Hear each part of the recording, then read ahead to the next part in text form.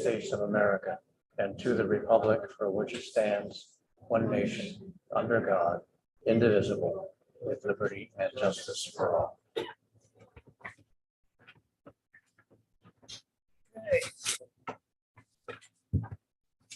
First on the agenda, the presentations, fire department, new trainee presentation. The wrong one. Yeah. Well, mine, I'm not seeing it. Well, last week's, yeah. Oh, grabbed the wrong one. Sorry about that. Okay, First National Wealth Management, Matthew Weaver. Hi, Bob. Hi, Matt. How are you? I'm well. How are you? Good. Good Good to see all. you. Good to see you. It's been a year, I think. I've been back. What did you do to the market? Yeah, Yeah, I know. I had to take today. I say that to my financial advisor son every day. Don't so. open your 401k statement. But you know, it's been a challenging year. We've had both bonds and stocks go down, which is very uncommon. Yeah. You know, bonds and stocks historically have a negative correlation. In years where stocks go up, bonds typically underperform, and the opposite is true. But this year, you know, we've had the Fed trying to bring in inflation by raising rates. That affects bond prices. Bonds go down.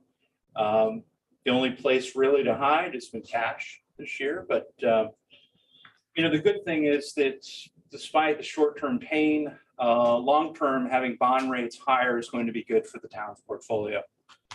I'm already buying CDs for 4% for a couple, just only a 2-year CD rate, CD maturity. So that's positive. That means that going forward, the return on the bond side of the portfolio should be much higher than it's been over the last 5 years. So, you know, these are total return accounts, meaning you want growth plus income gets you to that 7 or 8% annually. And that's been very difficult for bonds to get there because bonds we've had such low rates over the last 5 years as the Fed has kept rates low as we got through the COVID pandemic. But I sent out the returns for the trust fund and the cemetery fund and the Barron fund. And we're about through August down about 10% fiscal year to date. Long term though, however, if you look at the 3, 5-year, 7-year numbers, you know, despite the negative returns we've had year to date, we're still positive and we're still beating the benchmark on a relative basis. And that's what our job is to, you know, the absolute returns are going to be what they are. They're negative, but over the long term, if we can beat that benchmark, you know, I feel like we're doing our job. What's helped us in these accounts is having exposure to TIPS funds, which are government bonds that are pegged to CPI or inflation. And as CPI goes up, these bonds go up in value. And I'm glad we've had them in the portfolio over the years. They've been a good hedge against inflation rates going up. The other thing we did earlier this year was we wanted to make sure that we had more money in value stocks and not growth, because in a rising rate environment, growth stocks typically underperform.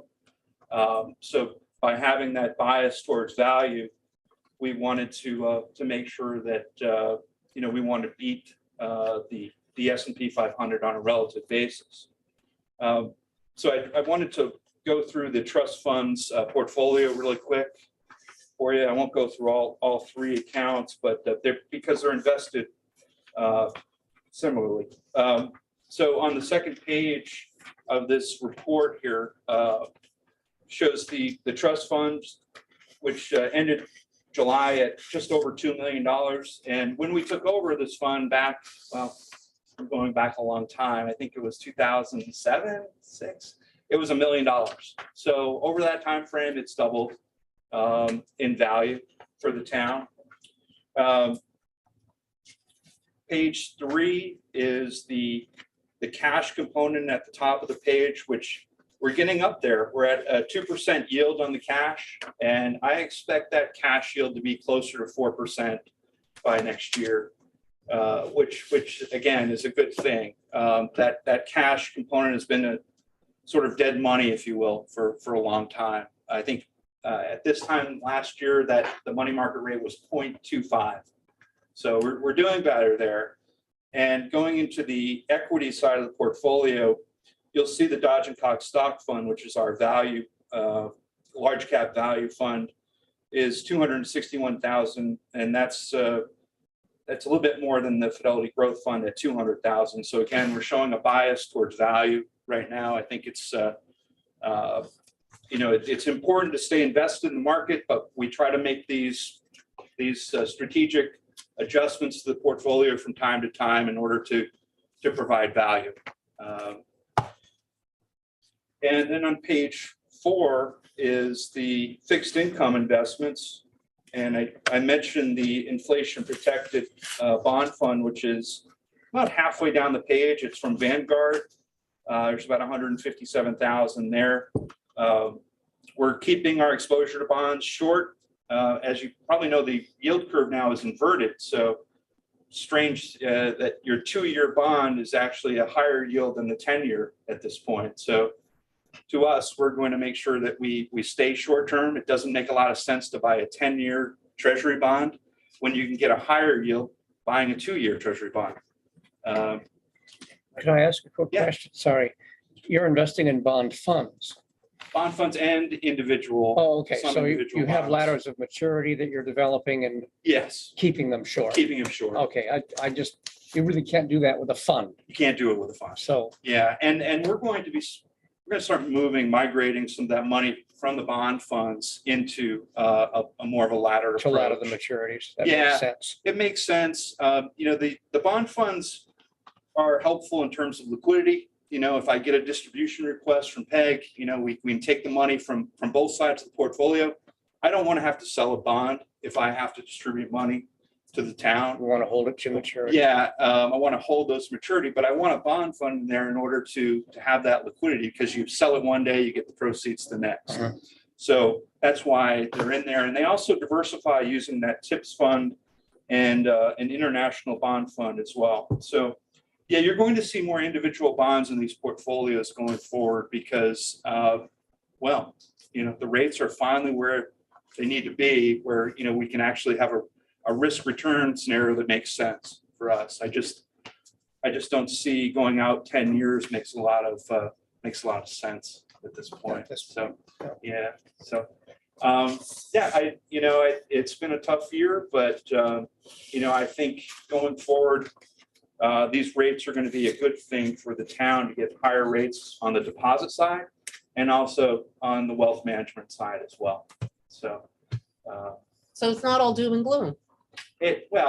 On a day when the Dow's down 1,300, I'm trying to do what I can. You're doing a great job of making me I'm upbeat. trying not to whistle past the graveyard, that sort of thing, but you know what I mean. But do I have any questions? Just one. Do you have an investment policy from us? Yes, Okay. Is it fairly recent or is it something that you would consider outdated? we might want to look at it. Yeah, we might want to look at it. You have, you have a 60-40 allocation on the cemetery funds, and the big trust fund is 50-50. So they're pretty similar, but I'm not sure why there's I don't either. a variance, because that goes back before I was involved, but we can discuss that. Okay. And finally, I also sent along my newsletter that gets sent out quarterly. One sentence here I'll just repeat for all of you, and it's directed to individuals, but I think it's also relatable to all investors. But it says, to help overcome the behavioral bias to sell out at the wrong time, it's important to build a robust financial plan and to be comfortable with your portfolio allocation in both up and down markets to avoid market timing. That's what we don't want to do, because having a bias to market timing, it's very difficult to know when to get in, when to get out. Last week, we were up 3% in the markets. Today, we're down 3-4%. So it's just a reminder to stick with the policy that's in place, and long-term, we'll be fine. But certainly a lot of economic headwinds right now. And then there's the geopolitical risks with Ukraine and China sable rattling, and we're always going to have geopolitical risks. They're always going to be out there, but we will get through this, and I think you'll see rates stay in the 4 to 5% range for longer than people think, because the Fed got it wrong back in the 70s. They tightened for a while, then they loosened up and they tightened, and they never really got inflation under control until Volcker in the early 80s. I think this Fed's going to learn from that, and they're going to keep rates higher for a longer period of time until they get inflation under control. Good news. Sure, an investor. Any other questions? Okay, You're always enlightening, Matt. Thanks. Thank you so much. Thanks for having me. okay, we'll move to number 4, public hearing. Is there a motion to open the public hearing? I Second, just want to mention, just in case anybody's here, for item number 11.11, update on code violations by Stan Waltz. He cannot be here tonight. So that means the matter won't be heard tonight. If it's a code violation, no. We know that's going to be rescheduled. He'll probably come to the next meeting. Sorry, he was in the hospital. Yeah, So. okay. He sent his apologies for not being here. Okay, we've had a motion to open public hearing. Is there a second? second, Any discussion? All in favor, raise your right hand. All opposed, same sign. Hearing is open. Public comment. Is there any comment on the Oktoberfest one-day liquor license application? Comment, want me to describe what it's all about? You're more than welcome to comment. Our third annual Oktoberfest. It will be held on Saturday, October 1st, with a rain date on the 2nd. The last one was very successful. First one was good for the first time, and last year we had like 450 people come, I think. It was really fun. We're following the same format. With the addition of clams, thank you very much. From the Shellfish Committee. From the Shellfish Committee, and German food from Morse's. And I think the snow crawlers might be there with some food, hamburgers and hot dogs. There'll be cider pressing that everyone can try out. Lots and lots of games. I think Billy Maxwell added a couple more games to the mix. We've got cornhole, and he added badminton and Yahtzee and sack races and just a whole bunch of stuff for families. And then there's a beer garden, which is why I need your signatures tonight. Odd Alewives brews are what we're serving. And if anybody's concerned out there, if anyone's concerned about us serving beer at this gathering, we've noticed in the last 2 times we've done it, because the event is from 11 to 3. That's not a hot time for drinking. So we don't even sell all the beer. So I think if Oktoberfest were more of an evening thing, it might be a whole different story. But it adds to the festival, makes it more Oktoberfesty, but it's really pretty benign. So Is Odd Alewives gonna support that part of it, the beer garden, this year? yes, yeah. So Okay. we're getting our brews from them. Yeah. Any other questions? So I just need your signature so I can send it to the state and get our license and get it down to the wire. Okay, any other comments? From the hearing? Clams were a big success then. Big one. Well, the ones that were, yeah, they were, Yeah. and so I think it's exciting. I know. Yeah, thank you. Yeah. Yeah, and it's also, we'd love to, make Beer it and clams go Waldeboro. good It's Waldeboro, so they represent us well. What did you say? Beer and clams go good. Dairy Yeah, clams go they really do. well together. Okay, is there a motion to close the public hearing? So move. Is there a second? It's been moved and seconded to close the public hearing. All in favor? All opposed? Motion carried. Okay, now we'll act on the application. Is there a motion? I move that we accept the application. Is there a- And it's been moved and seconded. Is there any discussion? Okay, all in favor of approving? All opposed? Motion carried. Abstention, I'm abstaining because I'm on the committee. Any chance we can get that signed for Katharina tonight so she doesn't have to come back and get it? Do we have a signable copy with us? I'll bet I we gave do. a copy and I also brought one in case you didn't have one. Double Want to be prepared. sure. Double prepared.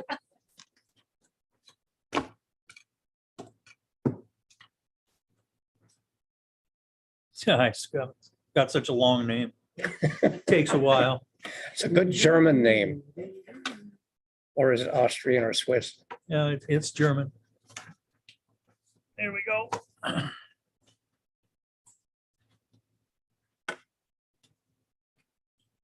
I'm on Facebook friends with a couple of people from in Germany. That's cool. You speak German? I went to a 2-week school before I was stationed over there for 6 months. Mhm.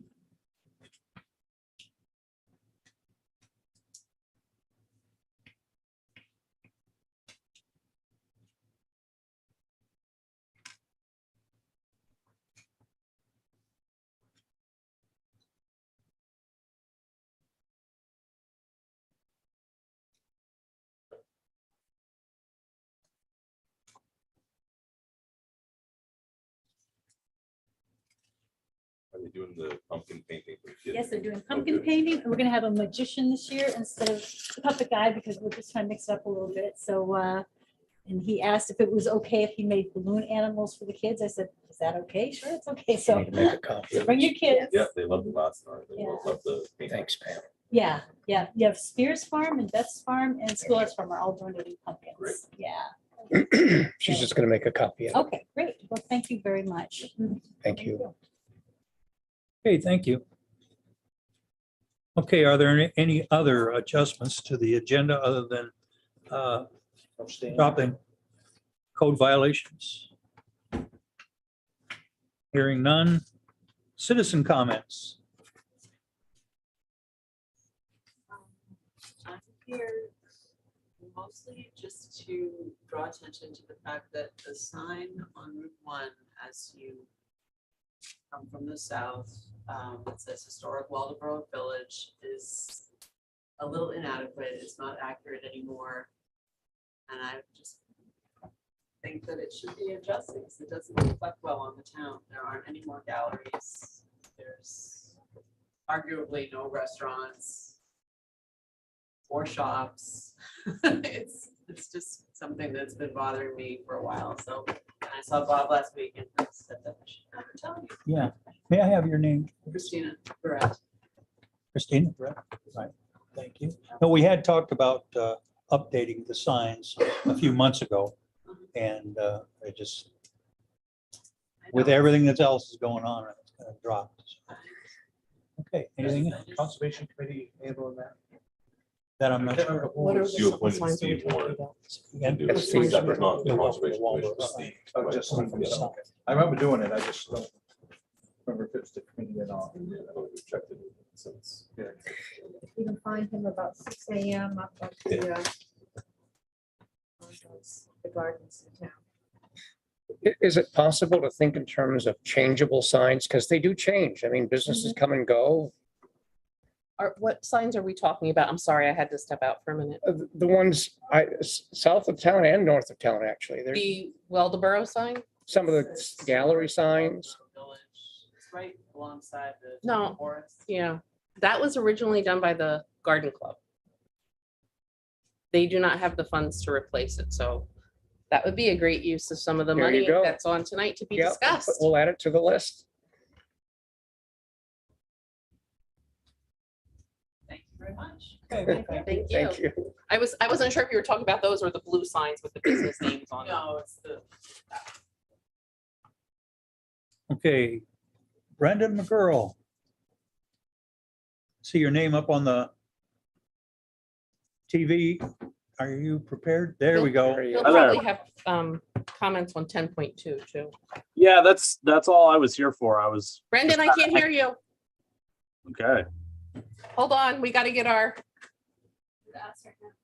Jan, did you want to Can do you hear us? select board Can you comments too? I'm speak sorry. now? Did you want to do select board comments? I can hear you. Oh, did I? I slip can't hear over that? you. Oh, yeah. Okay. See, I thought his was Well, hold on, he citizen might. comments. Okay. No, he's not. He's not leaving. I know he did not. All right, let's go ahead and pick up with select board comments. Bob, thank you. Okay, we've talked about Oktoberfest, so need I say more? There was a question that the committee had about possibly having some police at the event just to help control, not control, but that's a bad word. To be there to help a lot, to help out. And I don't know, refresh my memory on the policy. I think the town would have to spend money unless they were just willing to come up and enjoy the fun on a Saturday or a Sunday and kind of keep watch a little bit. We've never had issues up there, but the committee was just asking. So no need for a decision. I'm putting that out there. Well, he's muted too. He wasn't before. All right, well, if you unmute, it should be fine now. I know different communities have different Right. rules. Golly, I went to Rockport to a wedding. You had to have a policeman there Oh, really? for a wedding.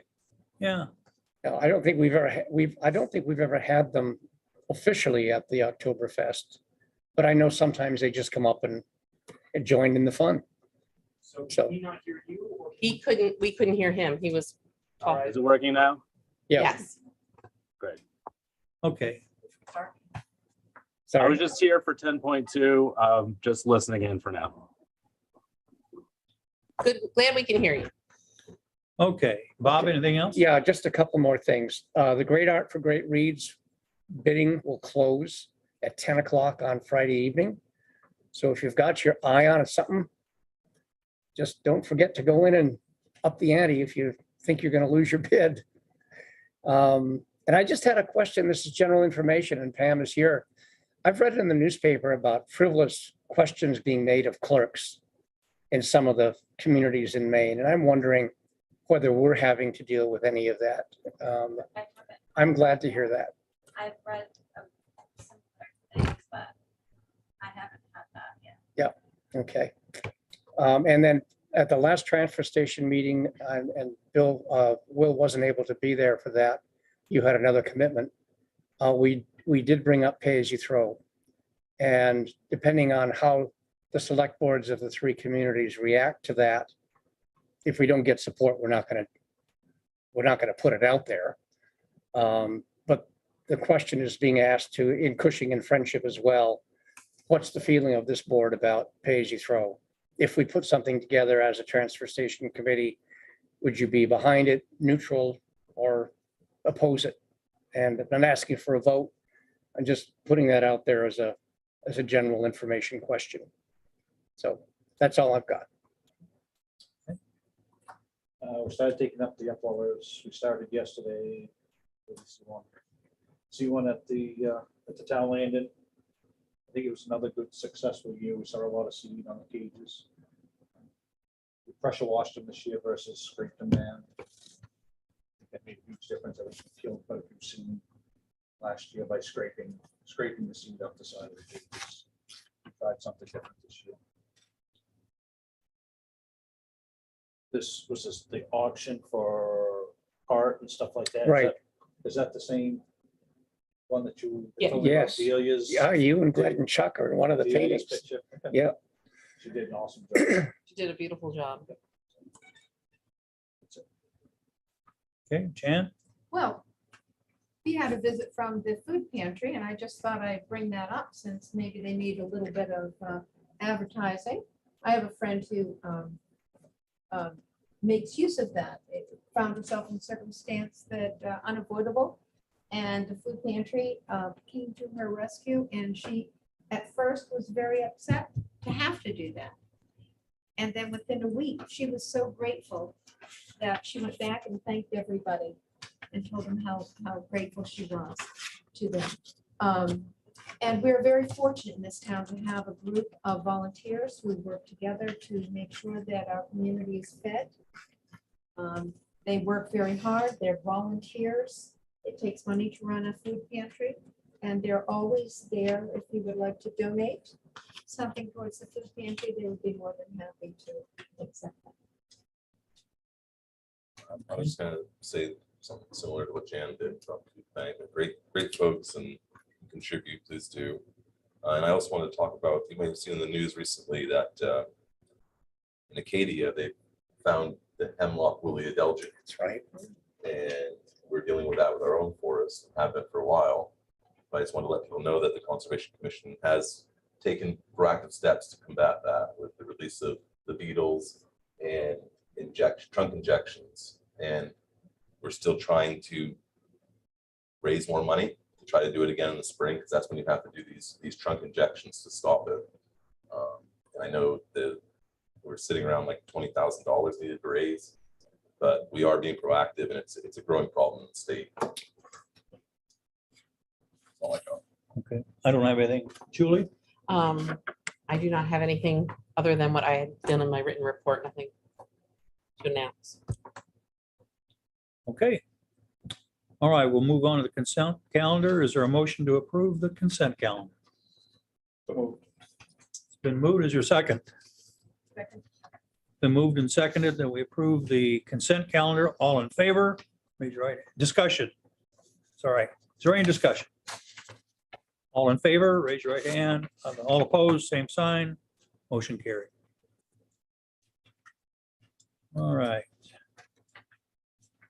New business, November warrant question. Yes, how exciting is that? So a couple of things. As you know, Article 2, one of the questions that's going to be on 3 different towns, it would appear, would be our EMS agreement with both the town of Friendship and Jefferson. That would have to go to a November vote. And that would be renewing the agreement with Friendship and also a new partner, Jefferson. If you'll recall, we all 3 of us have to have it on our town meeting. And since we have the opportunity in November, and we have to always bear in mind, both those towns are on calendar year that run January 1st to December 31st, and we're on fiscal year. So if we could all do it at one time, it just makes a lot more sense. So that's what Article number 2 would be for the town of Friendship, and Article 3 would be for the town of Jefferson.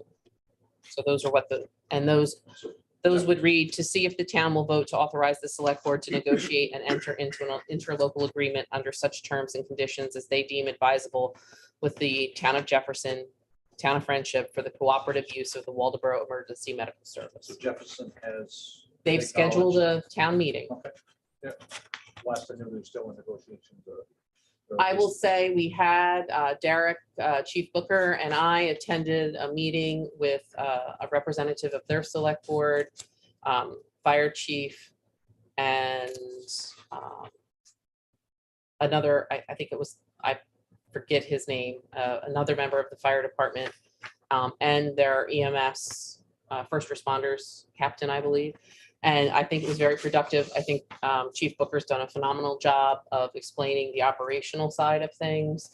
And I think, in all fairness, I think a lot of this back and forth and misunderstandings at times have been because of how they're on a calendar year. They want numbers, they just want numbers right away because they need them by March. And our budget isn't even normally done and approved until June. So I think some of it was the crossing of years that led to some of the butting of heads in a way. And also I think that when Jefferson approved that $110,000, that meeting we were all at, we thought that was covering months of ours, and that was both us and CLC. So I think there was a little bit of misunderstanding there too. So now that we have a contract and we know the formula, and just to refresh your memory, that formula is based on the actual population and a 3-year average of calls. So that's where we're at. And we only cover 2/3 of Jefferson. CLC covers the other third of Jefferson. So I'd just like to thank the chief for coming in and stepping into this, and we had a wonderful meeting in Friendship about, what, a month and a half ago. It was very productive. So they'll have their question on, Jefferson will have their question on, and we'll have it on, and it'll all be wrapped up by November.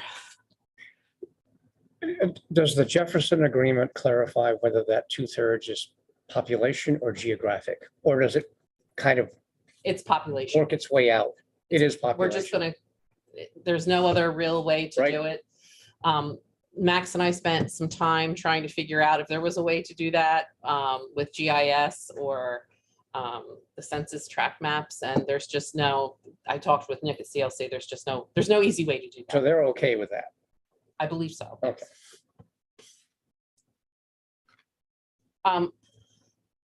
Article number 4, as you know, we were going to amend the disorderly property ordinance, which we'll be talking about shortly. If we reach an agreement on what you would like that to say tonight, that would be article number 4. And that would read, shall the town vote to amend an ordinance entitled disorderly property ordinance to regulate properties harboring occupants who disturb the peace and tranquility of the neighbors be enacted. A copy of this ordinance is on file at the office of the town clerk. Article number 5 relates to our noise ordinance. And this is an updated ordinance, just some updates to it. Apparently every town in Maine basically had the same noise ordinance back in the, I'm gonna say 80s and 90s. And now there's an update. So Max went through and updated it. And that would read, shall the town vote to amend an ordinance entitled noise ordinance to regulate noise within the town of Waldeboro. And a copy of this ordinance is on file at the office of the town clerk. And then Article 6 is what we need to be discussing tonight too, is as you know, after the sale of Friendship Street School, the proceeds from that totaled $306,251.65. And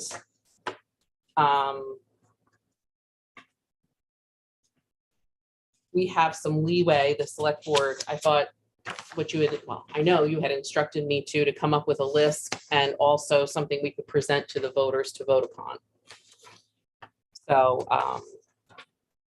we can get into that right now. If you would like. Yes, let's do that. Sorry, Jan, could I just make one comment? And this is sorry, I'm an English teacher, or was one, and I just can't let it go by. Article 4. Okay. If we could please change the word, and I see Jan nodding at me. Thank you. Thank you. I'm trying to figure out where to. Shall the town vote to amend and to enact Yeah. as amended an ordinance? And take out that be enacted at the end of the question. It just doesn't, it doesn't fit And to grammatically. enact, A vote to amend and to enact as amended. An ordinance. and you want the same thing. No, we don't need to do it on the, Okay. Yeah, it's in the wrong spot. yeah, Okay. it's just in the wrong place. It's like their neighbors being active. And that's what you want. I got you. I mean, you could do the same thing in 5 as well if you want to transfer that wording, because it is an amendment as well, but thank you.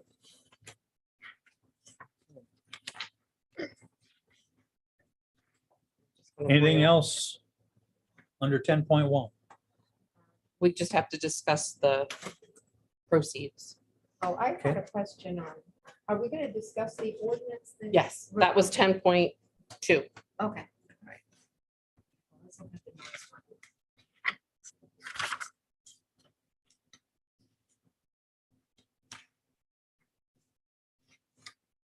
Does anybody want to start with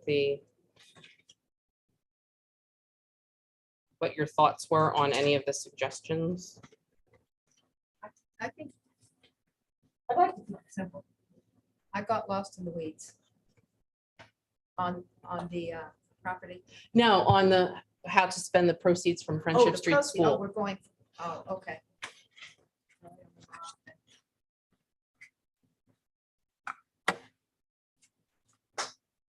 We have to make those decisions right now. If you want them on the warrant, or we could wait until June. Okay, We just sold it, so we don't know what kind of projects actually come. well, there was, the town in the past has wanted a playground. They've worked, that's been a big issue in town. That was on the list. Here, I will go over the list with you. I thought I printed it out and I didn't.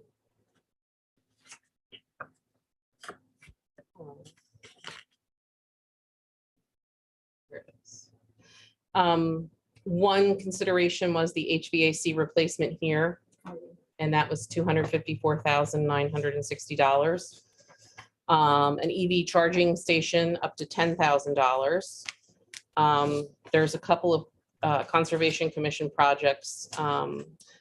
As you mentioned, the Woolly Adelgid for at least $25,000 for the injections. $2,000 to create some new recreational opportunities at Quarry Hill. A historic village consultant for $20,000, and that was Max's suggestion. If you want to explain a little bit of that, Max. 20,000. 20,000. Mess around with all that back there. Yeah, the village consultant is just a suggestion that was in the downtown master plan to have our downtown village put on the National Registry as a district, similar to what Damerscott and Newcastle have, the Twin Villages district. Then it just allows some people who have access to those properties to have some access to historic tax credits of preserved buildings. Is there grants out there for that? For the historic consultant? I don't know. To get Waldeboro on the registry is just. Yeah, it would be some, the only reason I'm saying a consultant is because it takes the time to go through all the properties that would be in that district to say some are still similar to what they were back when they were first built, what the history is behind each one, and so on. And I don't have that. Okay, that's what, my question was, what would the consultant actually do? That would be the person who would gather the information and fill out the paperwork. $20,000. I just threw out a number. I didn't realize it was going to be something for the Oh, potential November warrant, but I thought 20 was a safe bet. that would cover. I'd be surprised if it's enough. I mean, having gone through that exercise with another building in town, what we would have had to pay a guy to come in and help us get it registered with just the Maine Historical Society would have been about that much money. That was just one building. It's expensive. And this guy was really qualified. I mean, so I don't know. I mean, with the list that you have, there's probably some other bigger. The next was the Little League improvements, and that was for the Little League field that technically we don't own, but that's like a conversation for the future.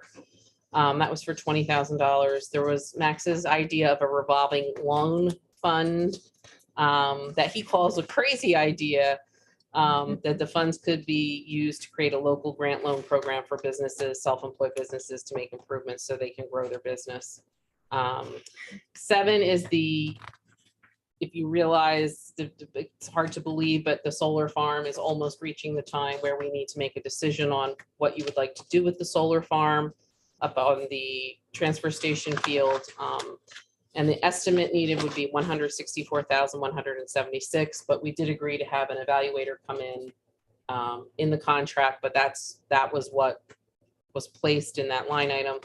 LED streetlight smart controls would allow us to control dim, light, timer, all of our LED streetlights. That's $15,000. Sylvania site, $20,000 for trail improvements, and another $15,000 for a budget for the engineering to potentially cap So, when you drive by and you see the foundation, there's been talk when it was the Sylvania Task Force and it's led into the Sylvania Committee that people really would like to see that area beautified. That's in the restricted zone. So however you would cap it, either if it's a bentonite or a clay cap with nice grass, that's one use. The Elm Street Culvert that always comes up, that would be $60,000. And then playground equipment. We have around $30,000 right now in capital under what used to be the capital fund for Friendship Street School. So we have about $30,000 there to buy if you would like, and you'd have to authorize this in the future, because this is something that you, the select board, could authorize, is the purchase of the playground equipment. And there's 3 potential sites for it. I think we're going to do like a survey on social media. Pine Street Landing was suggested. The town office here was suggested because there are permanent bathrooms here. And also at the one at the fields, at the playing fields, the baseball fields. And of course, there's always the community center funds for planning and engineering. The EDC brought up a promotional video for branding Waldoboro for $2,000, and 15 was tax relief fund balance stabilization, and that is just putting it into our fund balance, at least for now. And like, if you don't want to put any of these questions on the ballot for November, then we could readdress this again at the June town meeting. And we can add signs to that, the Welcome to Waldoboro signs, which would be nice to have for the 250th anniversary done. Well, what is there for parking over at the ball fields? You're pretty minimal. No, there's quite a bit of parking there. At the ball field? Yeah, and I actually, that's where I'd like to see playground equipment. 'Cause, Yeah, that's what I was thinking, is if there's plenty of parking there, why wouldn't you want to? There is, there's the outhouses there, and it's maintained by the Public Works Department and Recreation.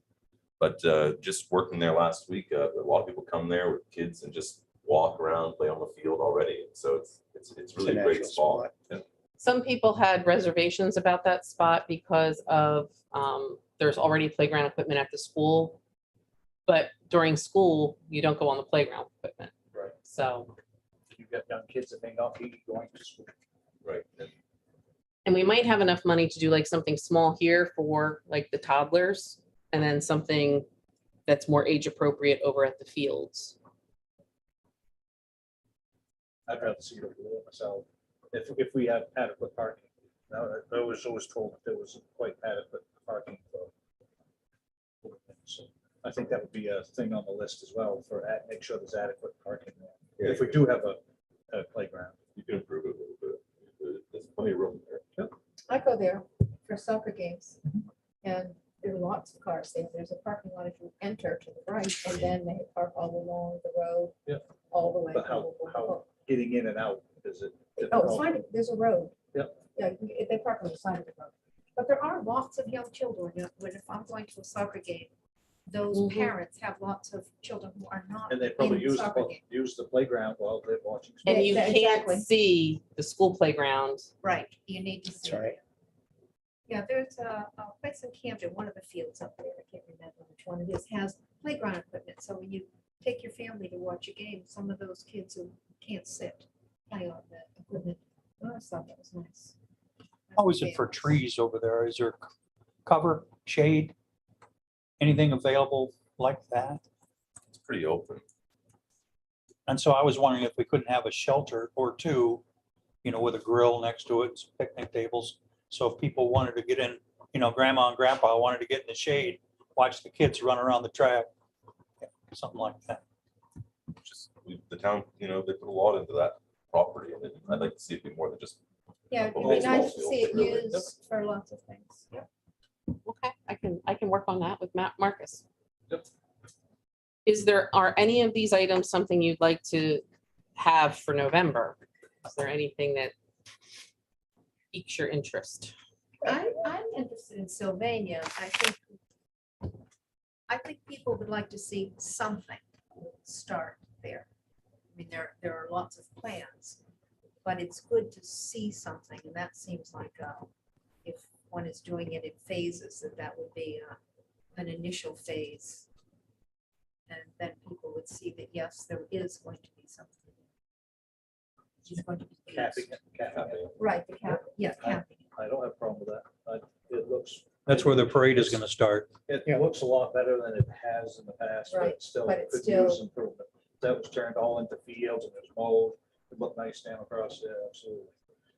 Now, when you cap it, are you considering capping where the tar is?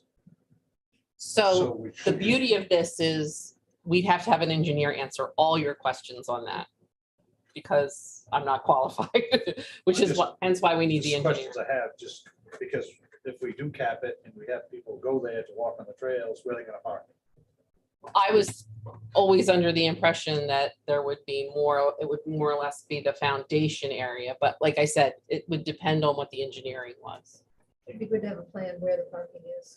Absolutely, So we know that. because if we're gonna build trails down there, we could have parking for people walking trails. They're not gonna park on the truck. You have right stretch, parking and then, I don't know, just saying cap that back parking or, just leave the right stretch for parking. It's downward pitch there, so you have drainage. Robert? I was just wondering about the Elm Street Culvert. I mean, if that busts, I disagree with Max that it won't hurt a lot of people. It'll pollute the river and it'll hurt the clambers. I mean, it's a sewer that goes over that thing. That's how it's described. A sewer district has a pump station that feeds over the culvert. And that's the concern. If it collapses, Go over it. that's what it says. It's impossible to go over it.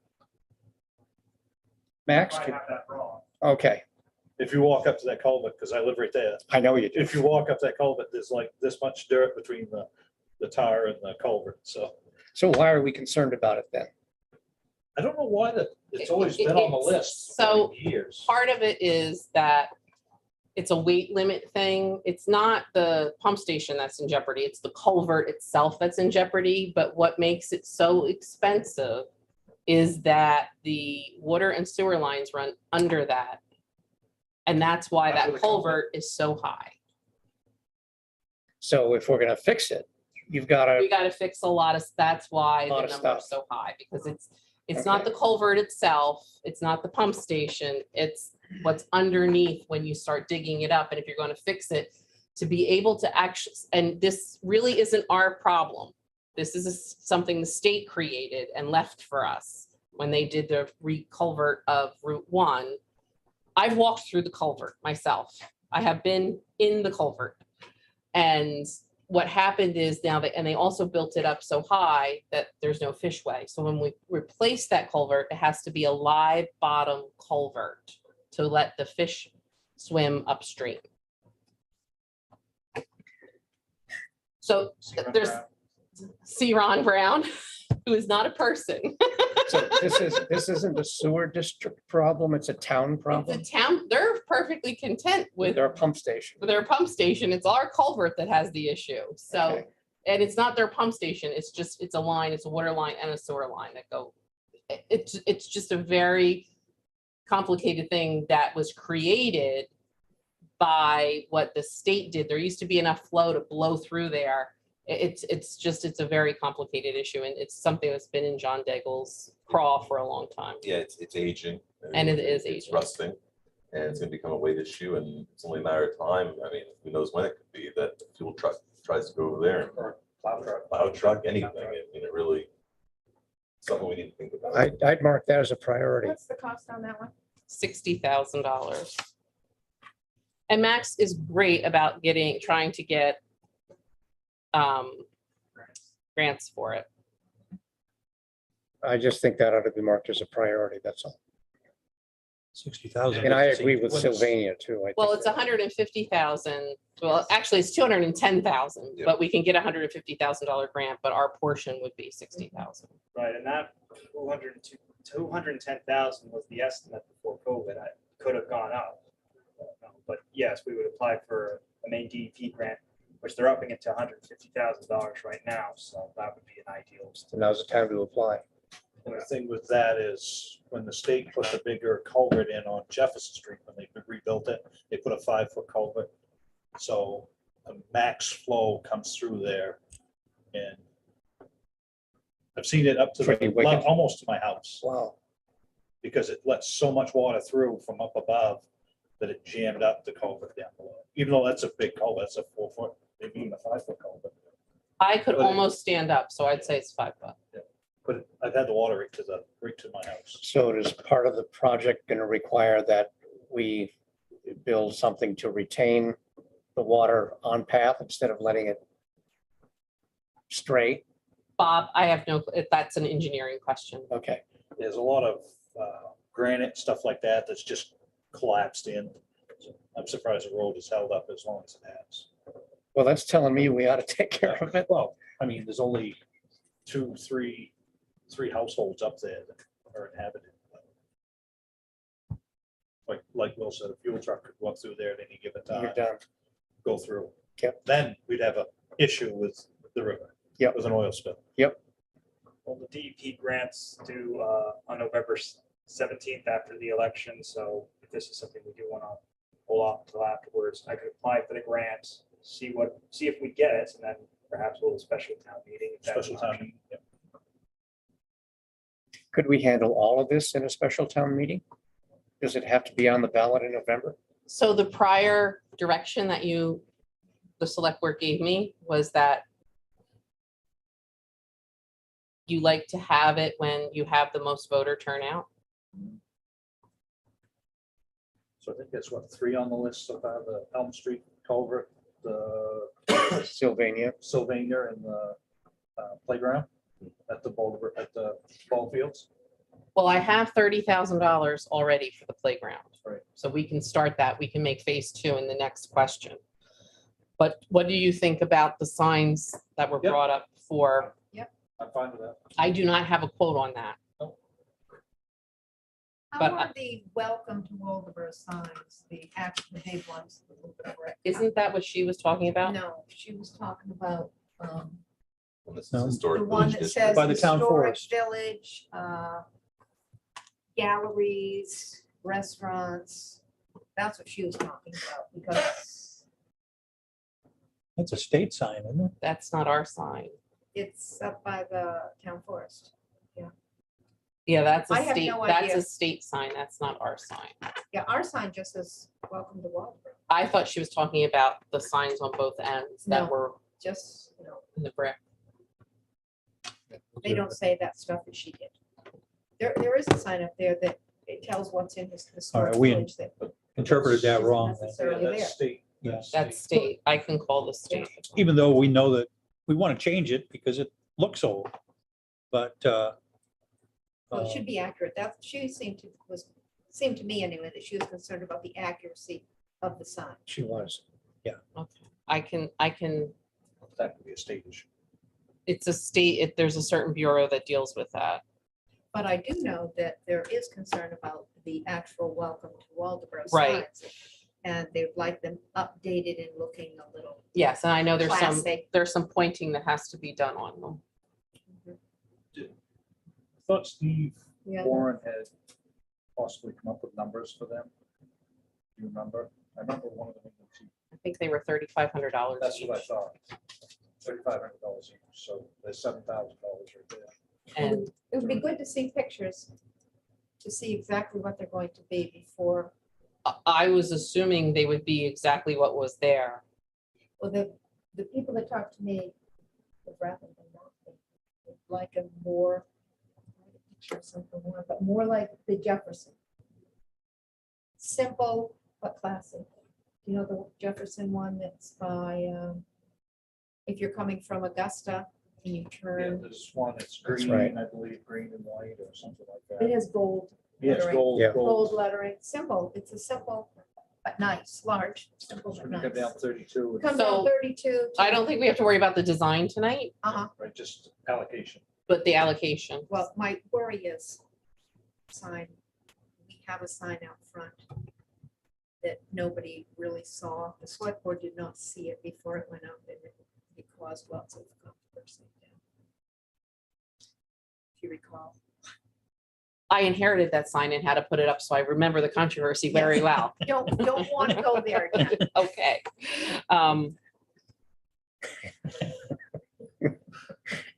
What goes around comes around, doesn't it? Well, I mean, it's easy to just put a You're step right. in there and You're right.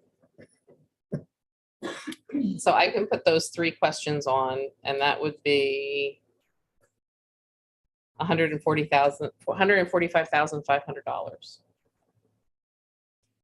Not including the signs. That's including the signs. So there'd be 4 things actually. Well, No, you're we're not not gonna, doing the playground because you have. oh, I have money. You have We money could to do that. phase Okay. one That's of phase that. We one. could do that. We could do a phase 1 and a phase 2. okay, How about the town forest? That seems to be, I mean, we've invested money in that. what's it cost a year, Will, to do that? Well, it was just, there was a certain number of trees that were selected, like the ones that are most likely to survive. Okay, and you had to choose the strongest of the bunch. We treated, what was it, half of them, I think, max, or something like that. And to treat the other half is what that price point was. But that, we're still looking at other arborists, because it could get it down a little bit. No, we don't know, it might be more. But it's important. I mean, it's becoming, Yeah. a big issue in the state, and we're lucky to have the state list ours as one of the oldest hemlock growth forests. So it's kind of important. It's been, some of those trees are 350 years old, if not older. So Now, if we treat all these trees, is it gonna get rid of our problem? Or do we need to go in and do some potential selective cutting to get rid of trees that could be affected? I think it's gonna help, because we're using the biological control too, the beetles, but they take time to build up. That's like your long-term solution there. You can get a healthy population. And so far, so good. We've checked on them, they're still active, and so they survived. They've lasted over a year. And they're being fruitful and multiplying. They are multiplying. I don't think cutting would make a big difference. But I think that by treating them, you kill the adelgid in those trees. And I think it has a residual of 5 to 10 years or something like that it keeps working. Yeah. And so those ones are safe. So the older trees are safe. Yeah. The younger trees are what the beetles are feeding on. And so That's what I was saying about the selective cutting. Yeah. is Potentially eradicating the beetles by getting rid of the smaller trees that are potentially affected that we're not treating. right. So we're just not. But I don't think you want to get rid of too many of them, because you kind of need them to build up that beetle population, The small ones. Yes, yeah, we kind of have to have those so they can build up that population. Symbiotic. Yes. Is there a point of no return? I mean, if we wait too long, are we, Yeah, there is. Yeah, Out of the if you wait game. Too long, it's over. The So- forests will be gone. The hemlocks, they'll be, because they've wiped them out in other parts of the state Yep. and in other states completely. They don't even have them anymore. so what kind of timeline are we looking at? How much time do we have? The infestation, when we first addressed it, was pretty severe. You walk in there and you look up and you can see that the foliage there's almost none. It's just at the top of some of those older trees. And that's because the adelgid had eaten all of that. If you don't do anything, I don't know what the exact timeline would be, but it wouldn't take long with the size of the infestation. Well, I agree. I think that ought to be a priority too. How much money is that? $20,000. $20,000. And that would give us, be able to treat all the rest of the trees. All the that rest we of them, and marked, that would yeah. give us It would a ensure chance that for that the is, forest to live. it would ensure that it's preserved for a while. for our lifetime. Not another price jump like what happened last time, we got the grant. Right. Yeah. I think that's an important thing. We've invested so far, and if we don't continue it, it's money thrown away. I think so. The state worked with us. They Mhm. got us the beetles. at no cost. Nice. And they've been, Colleen Tierling, she's been great working with us on how to treat it, because the state has had this problem dealt with themselves through biological and trunk injections also. So I think we have a good plan to take care of the problem, but it's just, yeah, well, we're, Conservation Commission, we really don't have any kind of budget. And so it's hard for us to come up with that kind of money without grants. So. Well, with our success and with the newspaper and advertising, showing what we've done may help other communities. Yes, they Get rid are. of it also. Yeah, we're working with, So help us as well as while we help others too. it's been collaborative. So when we did the Beal release, we worked with Coastal Rivers, Booth Ferry Regional Land Trust, Mid-Coast Conservancy. Everybody kind of took part and learned, and they're now using the same approach we used here in their hemlock area. So Good for the conservation. Are there any other November warrant questions? So do we want to put that on the list? Did you? That would bring it up to 165.5, and you would have Sylvania capping, Elm Street, the welcome signs, and the Woody Adelgid. And the rest could go to stabilization, The what? fund stabilization, the rest could Oh, go. and the go rest with- could go with- We Yeah. can also just hold it and see. Yeah. And then you could put another question on the June ballot. See where we are, and see what we need. Something more pressing now. Yep. Then we'll wait till later to see if something pops up. Yep. That's fine. Sounds good to me. And those will be yes, no questions. Mhm. And the only other thing I have to let you know is that since we're already printing one side, we have a side that's free that we thought might be good to put the Sylvania. There's a lot of ideas about what to do with Sylvania. And we thought we could put those as non-binding questions on the back of that, because we're going to have a huge turnout for governor. And that will really get the pulse of the community. Making a survey, basically, call it a survey. I think you could. I don't know. I'll have to Like you check said, it's that. not a non-binding. It's a non-binding. It's just like we did years during the presidential election to take the pulse. But it would give people an idea of what the Sylvania committee is thinking about, and it would give them a direction. So if Yep. people don't like, this idea. I am very sad that my idea of an electric race car track did not go over, a go-kart track did not go over well, but I'm okay with that. I'm getting through We it. don't always get our way. It would be not bad. It would be electric powered. They'd be no noise, and it would be a lot of fun. And it would be a great moneymaker for the recreation committee. We can leave a writing blank on that Right. Yeah. survey. And she could go with that tell charging all her station. friends. Yeah. Plug it in. Anyway, it was just a thought. Yeah. So you wouldn't mind that? We could have it. I think it's a good Just if we're idea. getting it the, Wasn't there something we couldn't call it a survey? I think so. I think you have to I call think- it a I non-binding. think- Yeah, I think the word. But maybe we could explain what that means underneath. I will check Yeah. on that first thing tomorrow. Okay. All right, moving right along, 10.2, revised disorderly property ordinance for November warrant. So I don't know if you want to put this on the November. I know it was our goal. But I met with the chief and we went over some things. He had some changes. I will tell you, just to give you some history of how this has worked thus far. We have not used this ordinance thus far since it's been enacted. We did have a resident who wanted it to be used, who interpreted it differently than what it said. This is a noise ordinance you're talking about, right? Or are you talking about the disturbance ordinance? Did I, Yeah, we were talking about disturbance. we were talking about, what's next on the agenda? I'm sorry, did I go off kilter? I was doing the disorderly property. Okay, Yeah, that's right.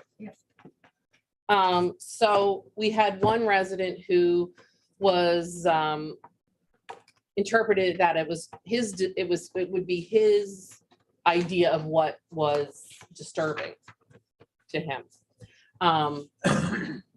But when these complaints come in and the police respond, that's the officer's call. So one of the things that I think is, and I'm not sure how to clear it up, because a lot of this is procedure that we just know. So if you have a call that comes in, the officer responds, he investigates the complaint.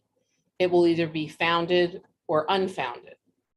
So, or you could also use the word substantiated or not substantiated. If it's founded, there's going to be an action by the officer. So if it's a noise complaint, you'll get a summons of the local ordinance. If it's a criminal activity, that's a whole nother ball of wax, but you're still going to have an action by an officer. Because in this case that I'm speaking of, when the officer responded, it did not meet the threshold of any noise ordinance or anything. It was just kids playing in a yard with some music. So that was the determination by the police officer there. Although it may have been disturbing the neighbor, it wasn't creating this nuisance. It was in the middle of the day. It didn't violate our noise ordinance. So there was no, it was unfounded. So it's one of those things where he perceived it as one way, and that's not what the intent was, nor that's not what it says.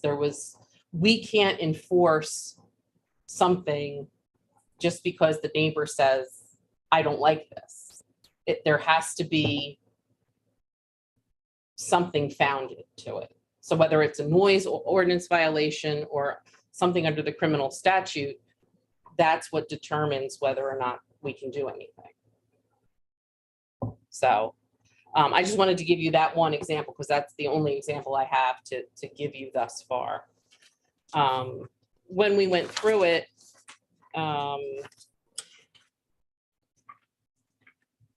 we did make some changes. There was some wordings that were crazy that we had to straighten out. We did make a committee.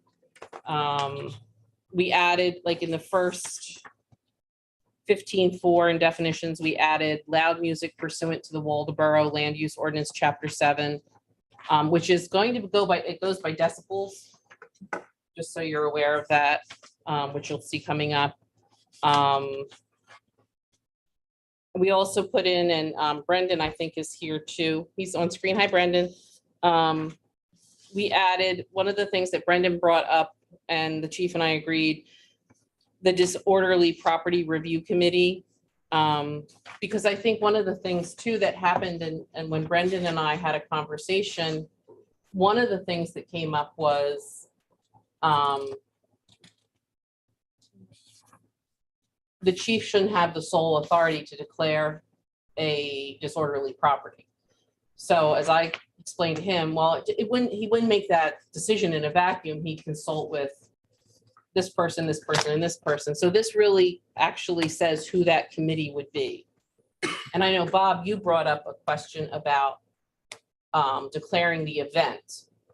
So essentially, because there has to be an action by the officer if it's substantiated, that event, technically it's self-declared. So the chief, we couldn't as a committee, the Disorderly Property Review Committee couldn't declare an event unless there's an action by an officer. And that we left that to the chief. There's going to be events that we never know about. As a member of the Disorderly Property Review Committee, if something happens, we might not ever know there was an event. It's the second event that gets the review committee involved. So that was one that, because we know what we do, other people might not know what we do. So we thought that clarified that. And we added a Disorderly Property Appeals Board, which would mean the select board. And then our thought was to two public members of the committee that the select board would appoint for a period of time. So say, I don't know if it's a 1 year, yearly appointments or how many years of a term you would like, but do it in the same manner that you would work with people volunteer for it. You interview them and then the appointment is made.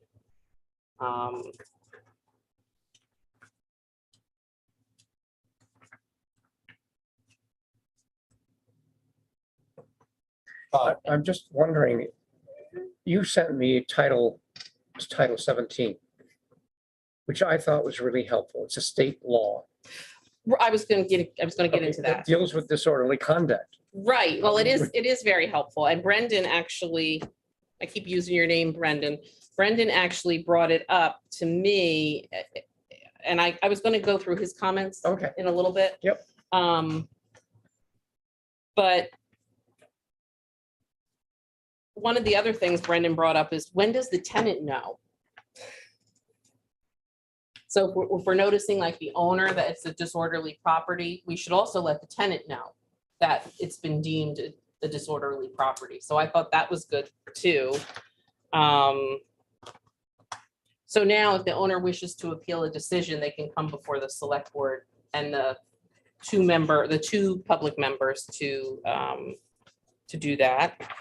Sorry, could I just ask something, Julie, to clarify what you said? If there's a tenant and there's multiple units in the building, Correct. so we're putting the owner on notice that he's been declared, You should notify all your tenants. right, but it's only one tenant. Is there some social pressure going on here possibly? Well, I Not that that's a bad thing, but think that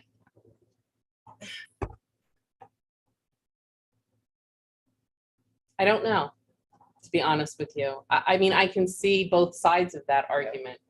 Would you rather err on the side of more?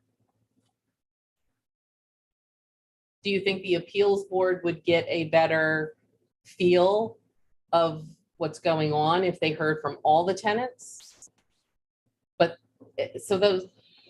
so let me go through, because Brendan came up with, Brendan, do you mind if I go through your questions? Yeah, sure, that's fine. Okay. So like one of the things Brendan pointed out, I think I went over the first one. He was concerned that there's no charge of criminal activity that's there to trigger the ordinance. But I think we can take care of that because there has to be an action taken, or else it can't just be a neighbor saying, and his example was, you can't just have a neighbor saying, you're dealing drugs, this person's dealing drugs, and say that twice and something happens. So there has to be some trigger, which would be, does the officer issue a summons or something like that? And also what was interesting to note too is, under a disorderly conduct, you get a warning first before you can even get a charge. So you get a warning first, which is why I do think we should cite that ordinance, that state statute. So also, he points out the definitions of disorderly activities 4, 5, 6, and 7 are too vague and would allow the police overly broad interpretation to implement the ordinance against neighbors. So I think what we could do there, if a complaint were to come in relating to 4, 5, 6, and 7, and that is altercations on the property, out of control individuals or disorderly conduct, drug or alcohol related offenses, or other similar activities, that would be covered under disorderly conduct. So that would get a warning first, unless it's something, I mean, obviously if it's really bad, it's up to the officer who responds to make that determination. don't we also have the option of, just in the case of those three, citing the state statute? That's what I thought we should do, is cite Yeah. that state statute. Yep. And also, he brings up, the police chief should not be able to delegate his authority under the ordinance. And one of the issues that I have with that is that we have a chain of command structure there. And if the chief is out, that would fall on the sergeant. It just has to go like that. And one of the reasons I think we should keep that would be because there could be a conflict of interest. And also, let's say it's somebody's relative that is related to the chief, or if for some reason he's out for an extended period of time. But I mean, that's set that we have that. Obviously, it wouldn't go further than the sergeant because you wouldn't start letting patrol officers make that decision. But in our system, it's chief, and in the absence of the chief, it is the sergeant. So that's why I would say that that would be okay. And then he brings up, after 2 disorderly events, the Disorderly Property Review Committee notifies the owner that the police chief has identified 2 disorderly events. Note that the consent or agreement of the Disorderly Property Review Committee is not actually required to declare a property disorderly, only the actions of the police chief. No vote by the Disorderly Property Review Committee is required. So while the rest of the changes that reference the new Disorderly Property Review Committee seems like a step toward using a group decision-making approach, he feels it only leaves the chief who actually would have any power on the proposed committee. So like I explained before, if there is an event, that means that the complaint was founded. The chief would make that determination solely for the event, which is really, if there's an action, it's an event. If it is unfounded, the committee would not know about it. But the committee determines if the property should be disorderly and a disorderly property, not the event. And I think with all meetings, they are subject to FOIA, and those rules would apply. But I do believe the owner could request it be an executive. However, I have no problem, and neither did the chief, about a vote. It's just, would it be a majority vote, or would it be would it have to be a unanimous vote? And typically, how the town operates is it's a majority vote.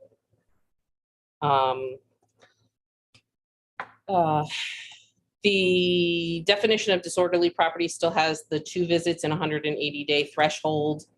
And I'm sure he can address that. I'm not going to put words in your mouth there. And he also questioned about the Disorderly Property Appeals Board, about how we would put 2 public members. So that I believe you all got that, so he can discuss that further. The only thing I would say is that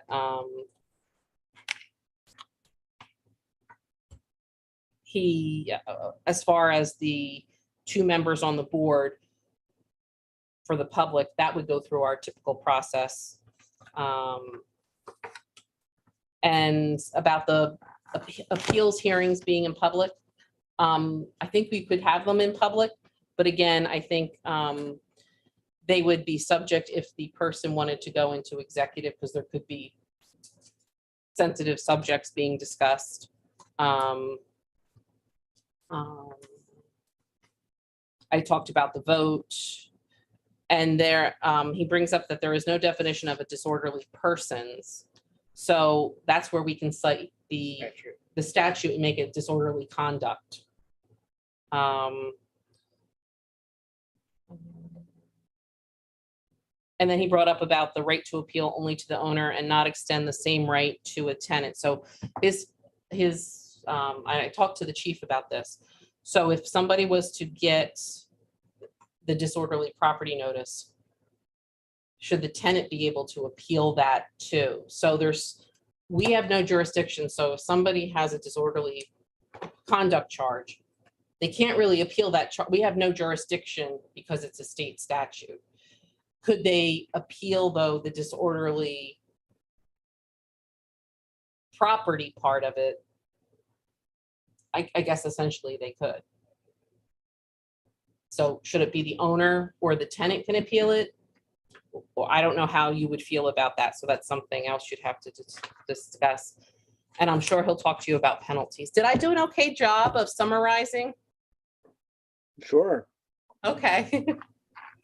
I don't know that we necessarily I need to go through all of this again. I think the letter sort of explained my perspective on this. I did want to talk talk a little bit about I guess my perspective on law enforcement and how different it is from a lot of other people's. My experience with law enforcement is not probably similar to any of yours. And I've watched police do a lot of things that are, outside of their purview.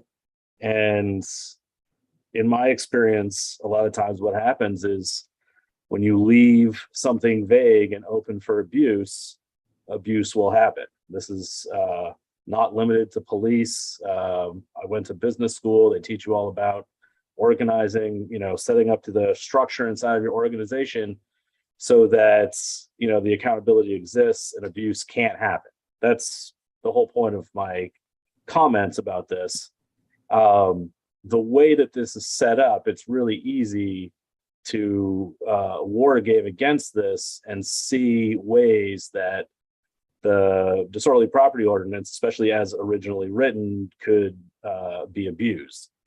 When I met with the town manager and we discussed all of this stuff, I realized that my perspective is unique. And if you haven't been on the other side of the thin blue line,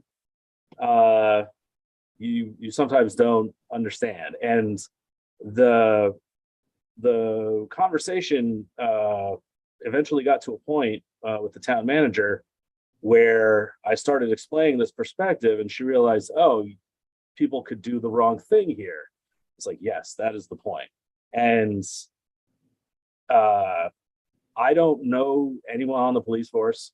I don't know if they're good guys or bad guys, but I know that this ordinance is going to be around long after everybody on the select board is gone and this current police force is gone. And the best way to make sure that this doesn't wind up getting abused is to create a system that makes sense, is transparent, and allows for people to defend themselves. At the simplest form, this ordinance is about evicting people from their homes, and it should absolutely be done in the sunlight so that it's obvious that justice is being done. I'm thrilled that you have made changes to the proposed ordinance. I think that's fantastic. I think there are definitely steps in the right direction. Mostly my comments in the letter were about making sure that the system that Julie described is actually what happens. Because based on what I read in the revised ordinance, there's some things in there that,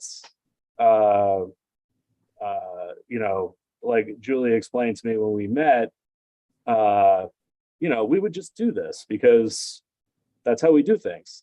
But you don't know that.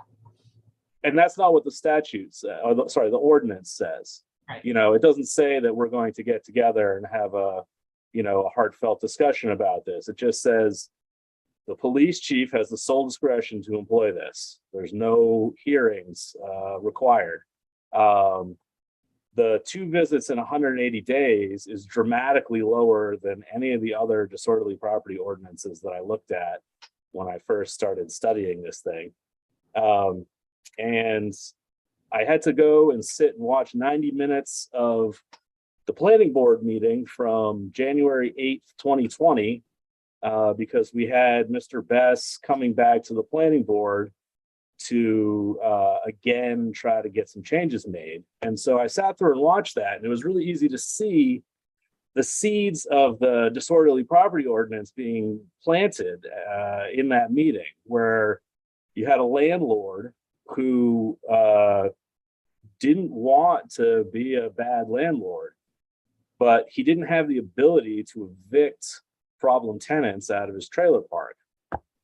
And the police chief was at the meeting, and was asked how many visits had been made up there. And he said that over 1 2-year period, they made 37 visits. And in the following 2-year period, they made 200 and I think it was 28 visits. And so that's a lot of visits in 2 years. 16 visits a year, not 4, which would be the current, analog to what's in the statute. I realize you don't want to let this problem go on, but 2 visits is definitely not enough.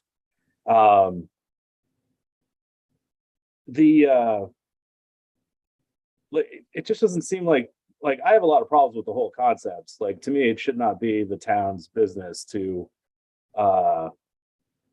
run people out of their rental properties. I understand that there's a sense of desperation, and it was easy to see that at that planning board meeting, because all of these people from within and without the trailer park came down to talk about how bad it was and how they needed to be able to improve things. And because the police were not charging his tenants with any crimes, Mr. Best was unable to evict them. And so, the disorderly property ordinance now exists basically to say, here's a tool for landlords to evict your tenants, even when we haven't charged them with a crime. And,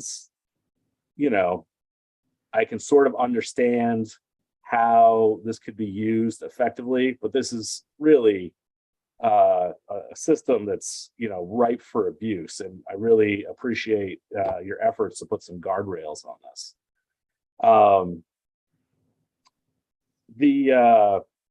But I think it's important too, because I would imagine a lot of people in this room have had very positive experiences with law enforcement. So if you haven't lived it and heard it, then I think that it was important for you to speak to what your experiences were.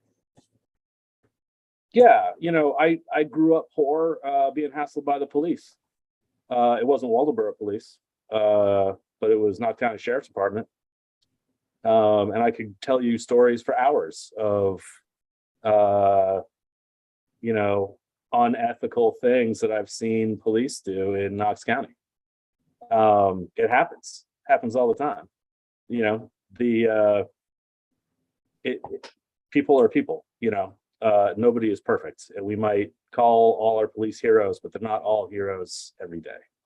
And that's my point in trying to get this thing under control, is if the decisions are being made publicly, and if the whole town, represented by you, turns against somebody, who am I to say no, the town shouldn't have their way? But giving the police chief the authority to unilaterally leverage somebody to evict their tenant is it's a pretty serious power. And I think that it's worth taking the time to get this right. And I also just want to stress too, eviction is not always that may not be ever the answer, because sometimes it's not even going to, it could be the property owner themselves.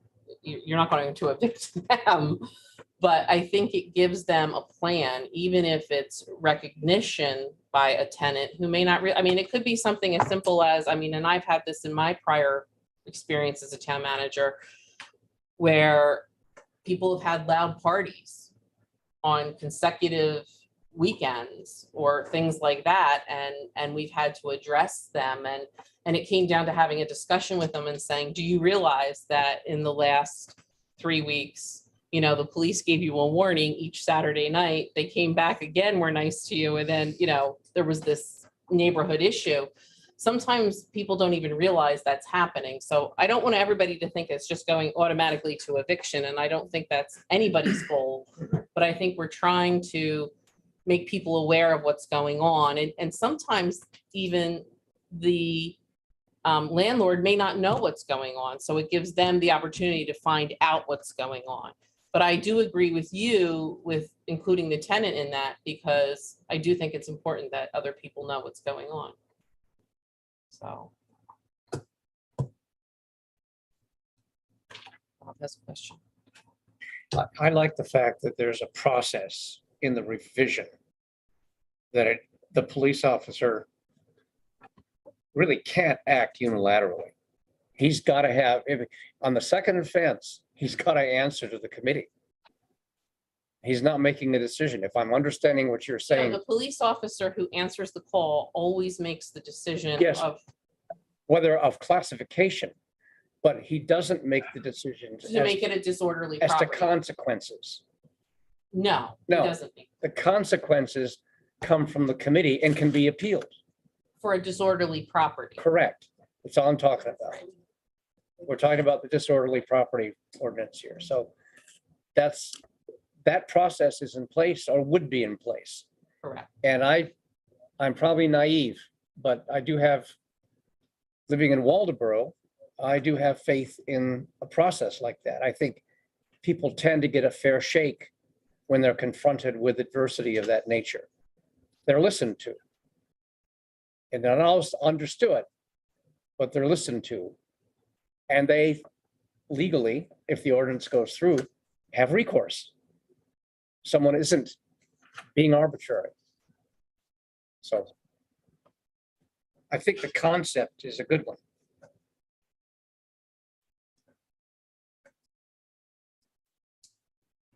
So our public hearing on this would be at our next meeting So we have a lot of work to do to get this. for November. Yeah. So we may want to push this to June. I think if we're going to do it again, we should do it I'd right. like to do it, yeah, right. Yeah. And I mean, I think like I said, we have not used it yet, but I think I would feel bad because I think there were good points in this that we want to incorporate into the ordinance. And I didn't want to throw that in front of you tonight. I'll throw it in front of you next meeting. But I just think that, citing the disorderly conduct is a good thing. And we have a state law already. We don't need this ordinance in a sense. I mean, this Title 17 lets us do it anyway.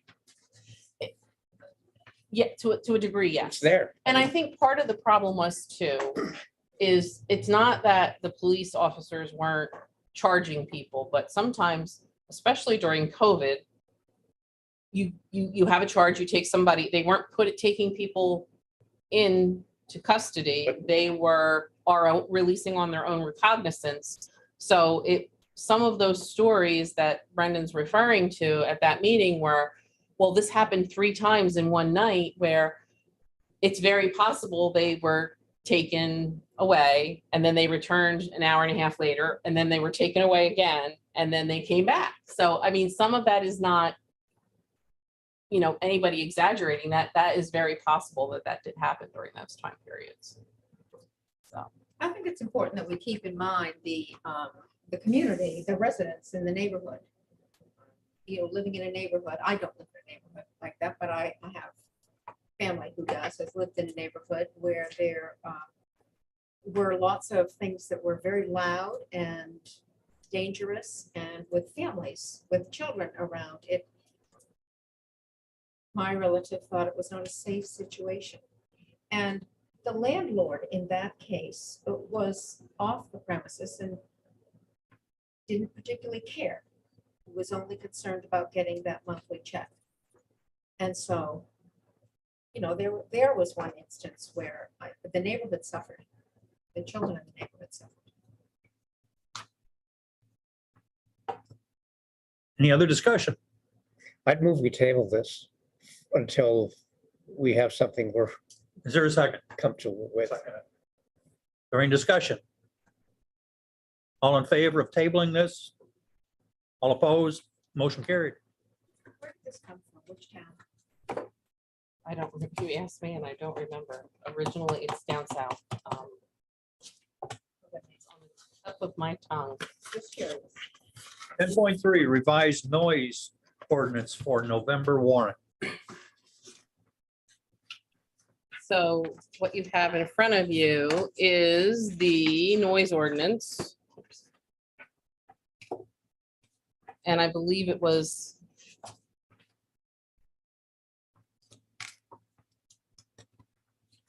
given to you in your packets and right there. Yep. So this hasn't been revised since probably the 80s.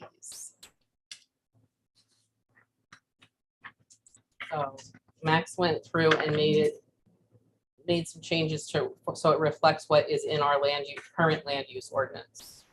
So he merged the two, and he actually, I guess, was looking.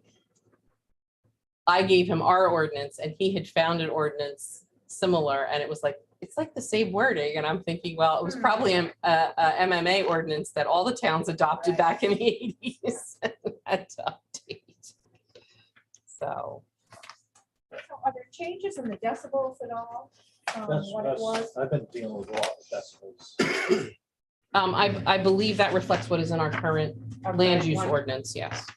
I'm told 65 decibels is about the sign of a washing machine hitting high cycle. Yeah, That's about what it is. I've been dealing with a lot with the airboat issues and stuff Have you? like that. Oh, yeah. Yeah. These things are, I hate to say it, but ridiculously low.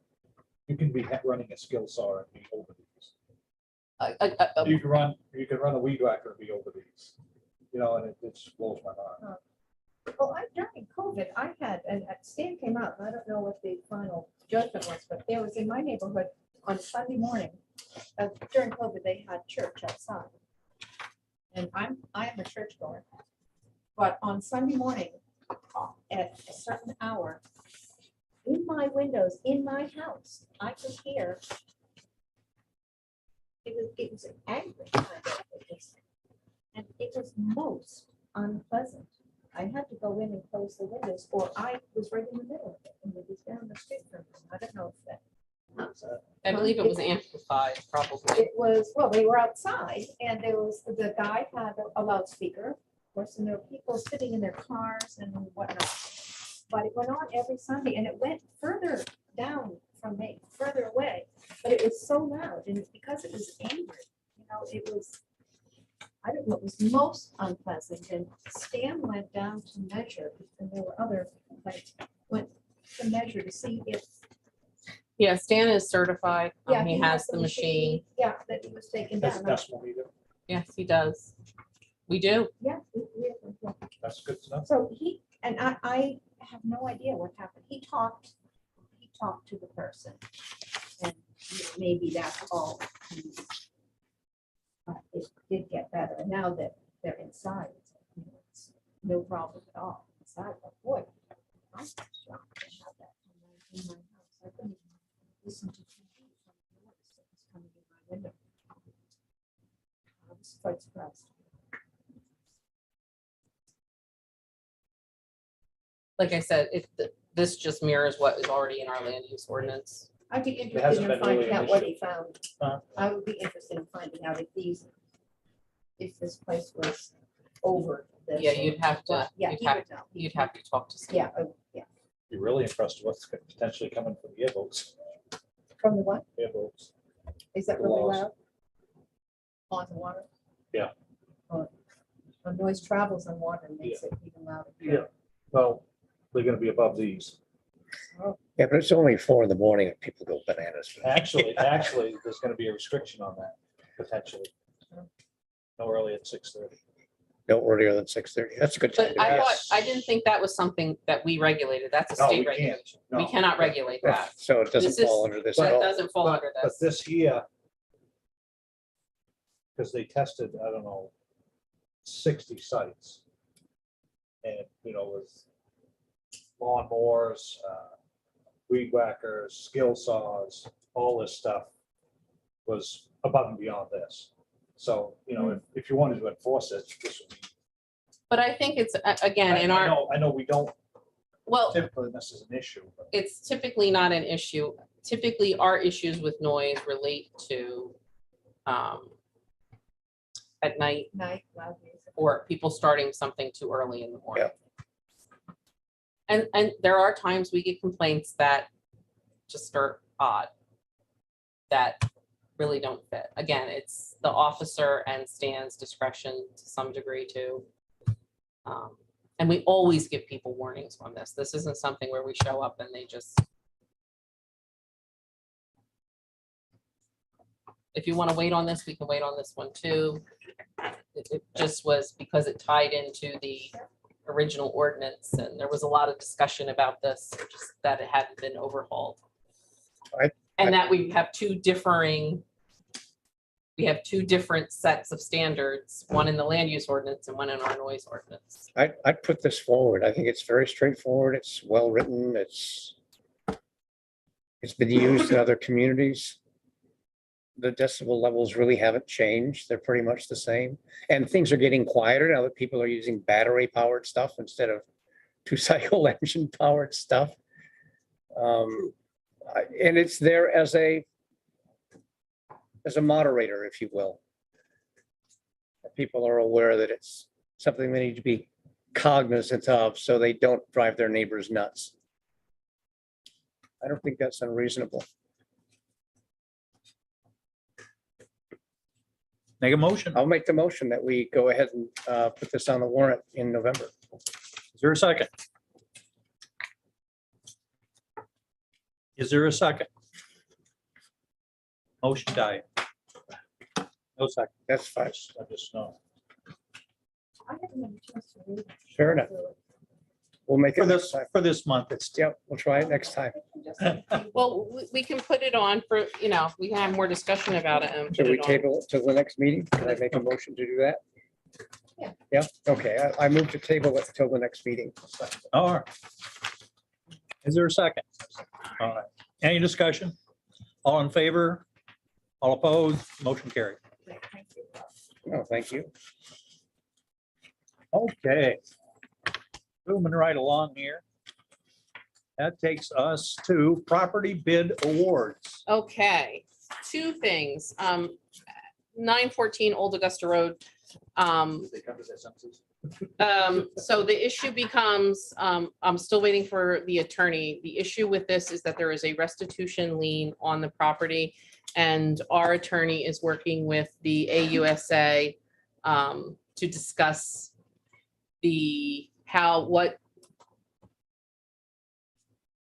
not who's first in lien, but how the proceeds from that sale would be divided between the town and the federal government. So that's still not resolved.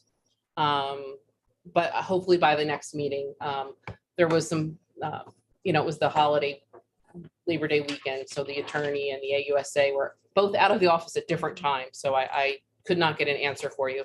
And then tonight, our tax collector advised me that 19 Hope Road, the winner of that bid, has not turned in their money. And they would like, and it's her recommendation that the select board choose the second bidder, who was Tim and Tamiko Dodge for 19 Hope Road, and offer that property to the second highest bidder, which were Tim and Tamiko Dodge at 461 Gross Neck Road, and rescind the award to Errol Burns of 6 Fremont Street, Gloucester. What steps have been taken to contact that person? He was called the first, as soon as he won the award, he was emailed and he was sent a certified letter. So what was the bid for the Dodgers? For Hope Road was his bid, the original bid was $8,700. He's, like I said, we have not received anything from him, not a call. And just so you know, today, he was emailed and he also was contacted by phone. Was he given a timeline? Oh, yes. His timeline was, the money had to be here by the 6th. Okay. So we're well Yeah. past the 6th. But how much did the Dodgers bid? How much was Oh, their bid? the Dodge bid was $2,500. 2,500. Big mess. Have you been up there? Look at it? No, I don't do that. Timmy, will you make use of everything that's there? You want a motion, Julie? Yes, that was- I'd move we rescind the sale to Errol Burns for, at 8,700 and award the property to Tim and Tomeko Dodge of the 19 Hoke Road property for the sum of $2,500. Is there a second? Second. It's been moved and seconded. Is there any discussion? All in favor? All opposed? Motion carried. I have one other thing that the tax collector wanted me to ask you. Have you and John been able to go assess the Campbell Hill property? Not yet. Okay, so that stays as is. And don't forget, you have to go back into executive for Philbrook Fund. Yeah. So you'll need a motion. Late meeting. So Four things. Are you guys? Or that was, you guys approved that for this November? Yes. That was, hold on.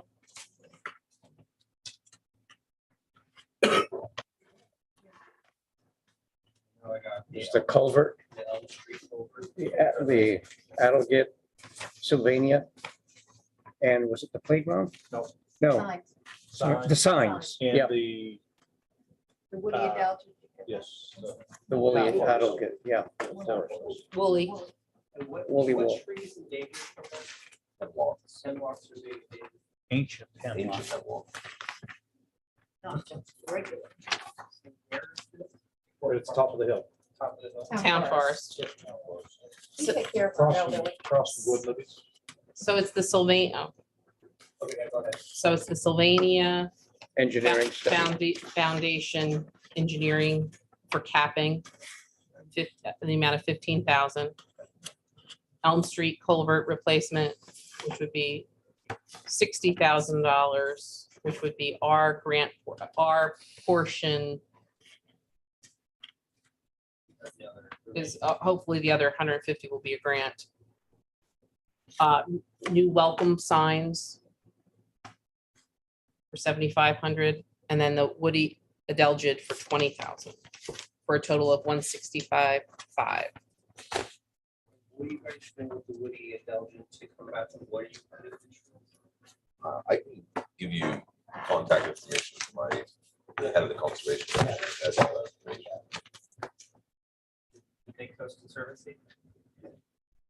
No, it's our, it's Waldorf Conservation Commission.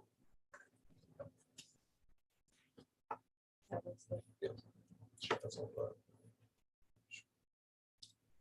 Okay. Moving right along. Okay, is there a motion to convene an executive session? I'd move we do so under 1 MRSA section 4056F as Philbrook Fund trustees to discuss an application. Is there a second? Is there any discussion? All in favor? All opposed? Sure. Motion carried. Yep.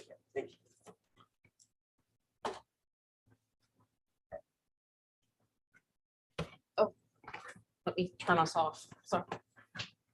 Slow to the take. You don't? Oh. Well, you had great intent too. Well, I do have great intent, but